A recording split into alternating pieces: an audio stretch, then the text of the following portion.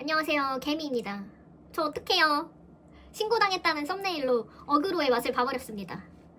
관심 감사합니다. 제가 그냥 수다 떨려고 부동산을 소재로 일기 쓰듯이 영상 올린 건데 생각보다 많은 관심에 부동산보다 유튜브가 더 재밌어서 큰일입니다. 재밌어서 계속 영상 올렸고 덕분에 부동산 일도 버티고 있는 것 같습니다. 근데 요즘 이렇게 영상 올리는 걸 언제까지 할 수 있을까? 이런 생각을 가끔 합니다. 제가 부동산을 잘 알아서 정보를 전달하는 것도 아니고 아무 말이나 하는데 이게 계속 될까? 근데 진짜 희한하게 일이 계속 생겨요. 말하지 못하는 것들도 많은데 맨날 사건 사고가 터집니다. 수습하느라 바빠요. 저 신고당한 이후에 제가 올려놓은 매물 약 100개 정도를 다 검수했습니다. 신경 써서 광고 올리고 있는 중이에요. 근데 또 어그로 아니고 또 신고당했습니다. 제가 올린 광고는 아니고 다른 분 광고인데요. 누가 또 신고했어요.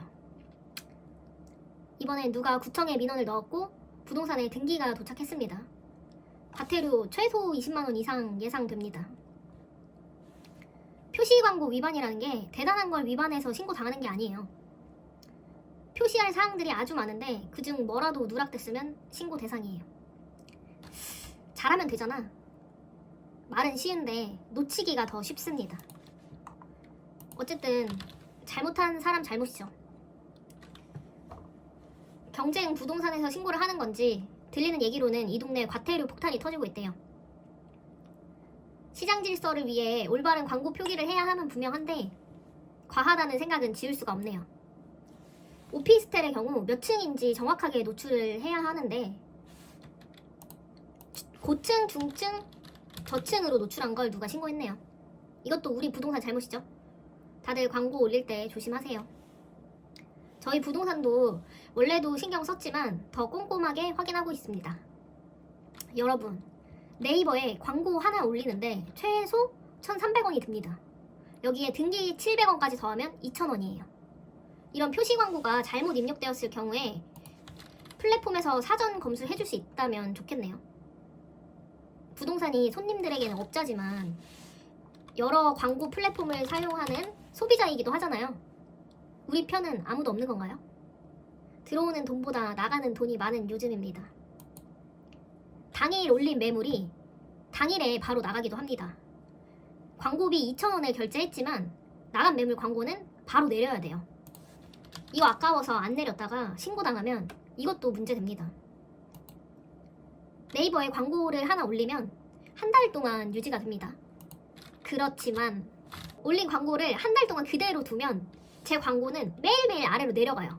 그럼 또 결제해서 끌어올리기를 할 수밖에 없거든요. 광고비가 생각보다 만만치 않습니다. 돈은 누가 버는 거죠? 일단 저는 아닌 것 같습니다. 모든 일이 다 힘들다지만 부동산도 요즘 날씨처럼 춥다 못해 얼어붙었습니다. 매물도 줄고 손님도 줄었어요. 여름까지는 손님도 있고 보여줄 집도 많이 있었습니다. 추석 지나고 이사철이 오면서 좀 나아질 거라 기대했는데 정말 없어요. 정말 없어. 좋은 날이 또 오겠죠. 저는 여태 임차, 임대, 수수료를 모두 받는 양타 계약을 많이 했거든요. 새로운 부동산에 들어오고 나서 양타 하나, 공동 3개 했습니다. 공동이어도 감사해요. 금액을 떠나서 계약을 했다는 게 중요한 거니까 계약한 게 감사하죠. 공동중개가 두 부동산이 하는 거잖아요. 제가 얼마 전에 공동으로 계약을 했습니다. 물건지 부동산에 공동 요청해서 물건 봤어요.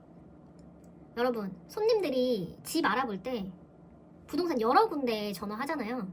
저희도 알고 있어요.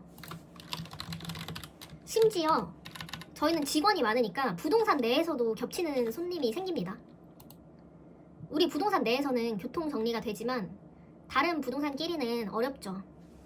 그래서 물건을 뺏었니, 손님을 뺏었니 그런 일들도 많이 일어납니다.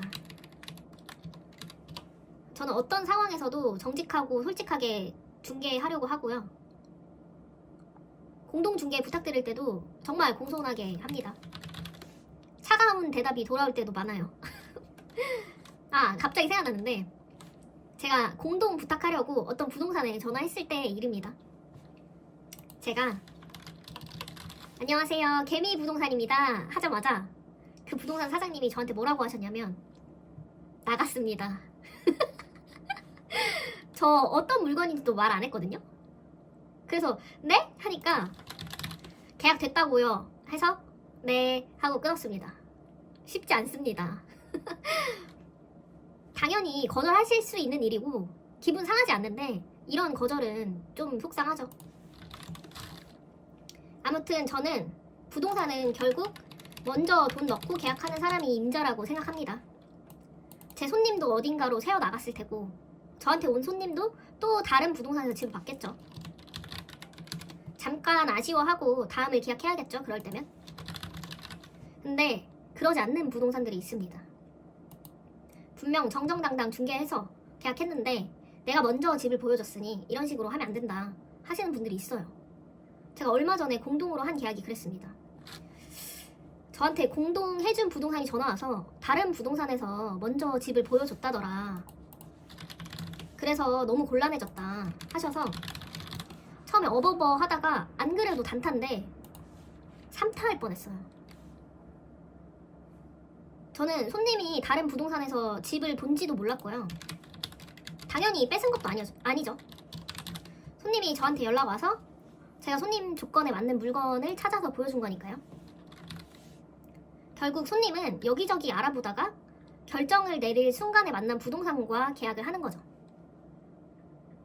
아니면 결정을 내리게 만드는 부동산과 계약을 하는 거고요.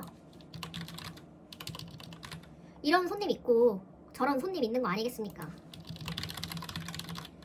악의로 손님 뺏고 물건 뺏는 건 당연히 상도덕이 아니지만 그게 아니라면 어쩔 수 없지 하고 넘어가는 게 맞지 않나 싶습니다. 다들 어떻게 중개하시나요? 저는 초보라 매일매일 치이며 배우고 있습니다. 얼마 전에는 정말 간절하게 집을 알아봐 달라는 손님이 있었어요.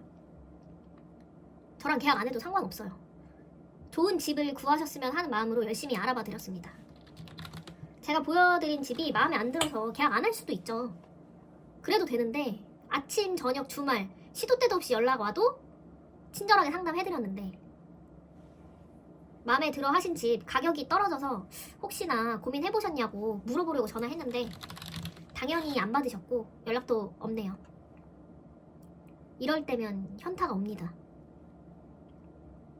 그리고 저 돈 안 받고 집 보여주잖아요. 계약을 해야 저 돈 벌잖아요. 손님이 일요일밖에 시간이 안 된다고 해서 일요일에 집을 보여주려고 했는데 약속 시간 당일에 갑자기 세입자가 연락이 안 됩니다. 이러면 저도 참 난감한데요. 뭐 어쩌겠어요. 못 보여줄 수밖에 없죠.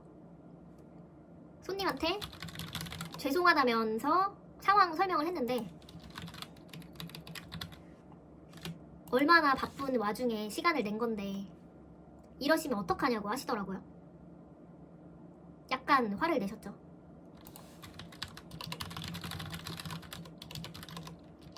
저한테 돈 내셨나요?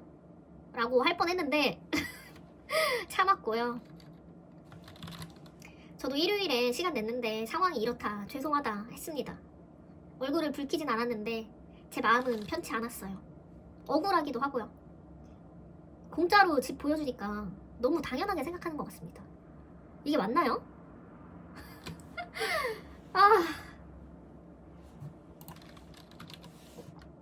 세입자한테 욕먹고 임대인한테 욕먹고 손님한테 욕먹고 저 오래오래 살겠습니다. 신고당한 얘기로 시작해서 하소연으로 마무리하는 오늘 제 이야기는 여기까지입니다. 들어주셔서 감사합니다. 할 말이 아직도 많아서 유튜브도 오래오래 하겠네요. 기다려주세요. 또 올게요. 내일 출근합니다. 출근해요.